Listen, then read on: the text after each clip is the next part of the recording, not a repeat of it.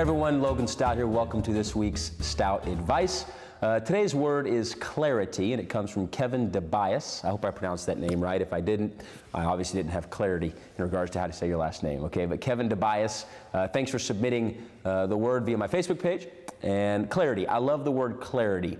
You know, folks often ask me, Logan, before you start this company or do that or whatever it may be, how do you get clarity in regards to the direction that you're supposed to go in? Now, we try to keep these videos fairly open-ended in regards to any kind of religious spin, because I respect everybody regardless of your beliefs. I am a Christian, no question. I have clarity about that for a lot of reasons, but I am going to go a little bit in that direction on this week. If I offend you, get over it. But I'm going to go over it, and I'm going to tell you how I have clarity in life.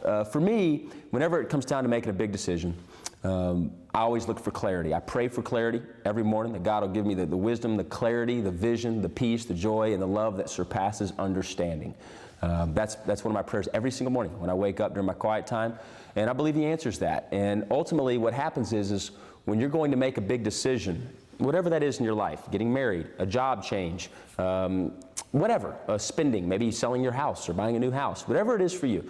One thing I know is this, is if you pray earnestly about what you're trying to get accomplished in life, and you allow His will to be done versus your own will, you allow Him to guide and direct your steps, you'll have a peace and a clarity about you that you can't even comprehend, that cannot be done on your own human terms. No amount of studying or due diligence can give you the clarity of the Holy Spirit literally just speaking into you, not autonomically necessarily, but speaking into your heart and just giving you clarity as to the direction He wants you to go in.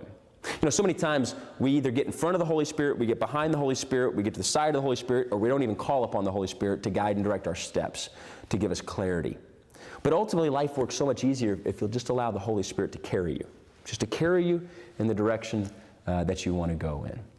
Again, not to get over religious. I'm not a religious person. I'm a Christ follower. Big difference. I want all of you to feel welcome to watch the Stout Advice videos, regardless of your belief systems. I want you to feel welcome and hopefully add value. But there's no way I could answer Kevin's answer in regards to clarity without speaking from the heart and telling you where my clarity comes from. And so I hope that made sense. Action item number 1. Reevaluate.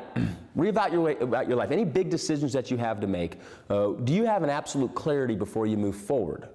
Right now, I'm not saying get paralyzed. Don't get paralyzed in overanalysis, right? I mean, eventually you gotta move, okay? But do you get clarity, and how do you come about your clarity? I told you how I come about my clarity, right? Obviously, due diligence, seek advice of others, but number 1 is just pray through it and have God just open up doors. So that's action item number 1. Action item number 2 is I want you to think of times where you didn't have clarity, but you moved forward anyway, and what was the outcome? Sometimes good, sometimes bad, who knows? But ask yourself, what was the clarity in those particular situations? Folks, I appreciate you joining us this week on Stout Advice.